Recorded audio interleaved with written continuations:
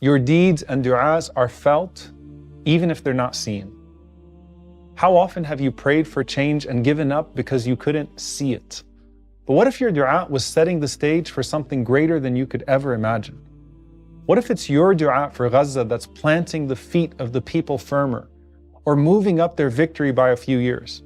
What if your du'a for a loved one is transforming their life here and there?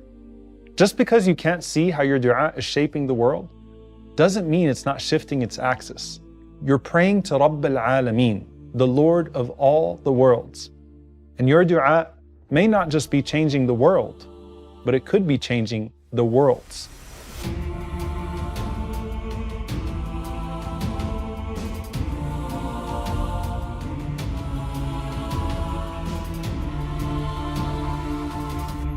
Someone may have changed your world, but they left it before they could see it here.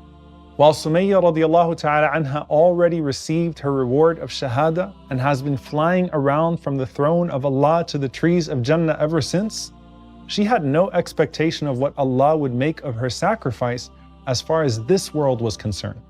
But what if when Ikrama ibn Abi Jahl, the shaheed, who was the son of her tormentor, flew to her at death and said, "You changed the world with your perseverance. Mecca became Muslim after you, and so much more happened on the backs of you and your family's sacrifice." The people of Gaza who left this world have put into motion the final freedom of Al-Aqsa bi'idhnillahi ta'ala. What's it like when we will go to them, inshallah, and tell them, "O people of Gaza, you have no idea what you started." This is the whole concept of a sadaqah jariyah in Islam, a continuous charity where the Prophet ﷺ said that the good deeds that continue to benefit a believer after death are the things that he put into motion, a knowledge that he taught and disseminated, a righteous child who lived after him, a mushaf that he left as inheritance, a masjid that he built, a house that he built for the wayfarers, or maybe a stream that he ran, or a charity that he gave from his wealth while he was still healthy and alive.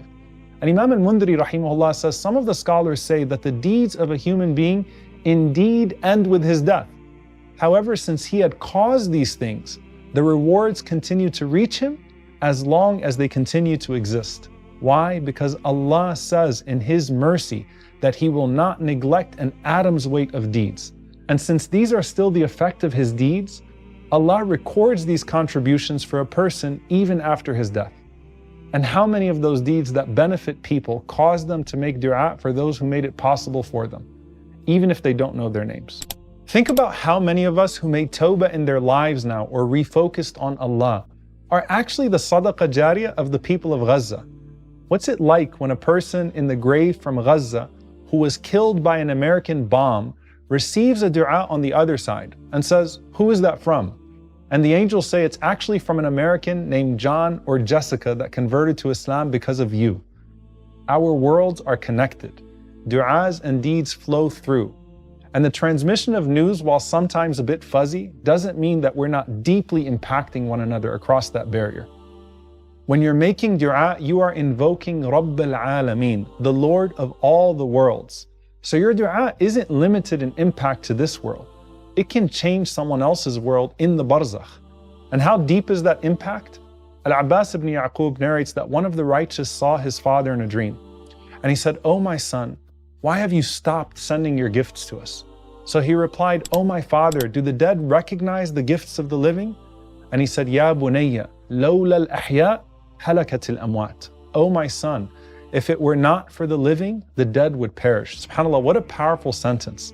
Sufyan ibn Uyayna rahimahullah said, it used to be said, "Al-amwat ahwaju ila du'a min al-ahya ila ta'am," that the dead are in more need of du'a than the living are of food. And if that's the case, how often do you make du'a for your parents or your loved ones? Once a day, once a week, once a year? Just like it may only seem like we increase our du'as in Ramadan, it may feel like that on the other side too. What does a du'a drought look like in the Barzakh? And how much impact does your du'a really have for someone in that world? There's a narration that states that the du'a is the weapon of the believer. And we often think about it exclusively in this dunya. But what if your du'a could be a weapon for the people in their graves? What if it's a shield that's given to someone just when the punishment is about to reach them? Ahmed ibn Yahya rahimahullah says that one of my companions said to me, "My brother died. And then I saw him in a dream where I asked him, 'In what condition were you in the moment that we placed you in your grave?' And he said to me, 'Someone came to me carrying a torch. And had it not been for the dua of one of you, he was about to set me on fire.'" Amr ibn Jarir rahimahullah said, when one supplicates for his deceased brother, an angel comes to his grave with that dua and says, "Ya sahib al-qabr al-gharib, hadiyatun min akhin alayka shaqiq." O occupant of the grave, this is a gift from a brother who cares about you. In another narration from Ibn Abi Dunya, he says that one of the Salaf said, "I saw a brother of mine in a dream after his death. So I asked him, 'Does the dua of the living reach you?' And he said, 'By Allah, it shimmers like light, and then we adorn our graves with it.'" So practically speaking, when someone who is alive intercedes for a dead person who is being punished, it's very possible that his punishment is halted, even if only for a short time. And when he intercedes for a righteous person already enjoying their grave, that person is just raised by even another degree. But picture this fully. Bashar ibn Ghalib rahimahullah said, "I saw the great worshipper Rabi' al-Adawiyya radiyallahu anha in a dream." And he said, "And I used to always make dua for her. So I said to her in my dream, 'Are my du'as reaching you?' She said, 'Ya Bashar ibn Ghalib, your du'as come to us like gifts upon platters of light, and they're covered with silk napkins as they're then presented to us.' I asked, 'How is that?' She said, 'This is how the du'a of the living believers for the deceased works. And that gift is far more precious than anything you could have given someone while they were still here. What more beautiful, what more expensive, what more rewarding than a du'a that decorates the grave and expands it?' And as you look forward to your most precious night in Ramadan to make all those special du'as for yourself, don't forget those precious souls that are hoping you'll remember them that night as well.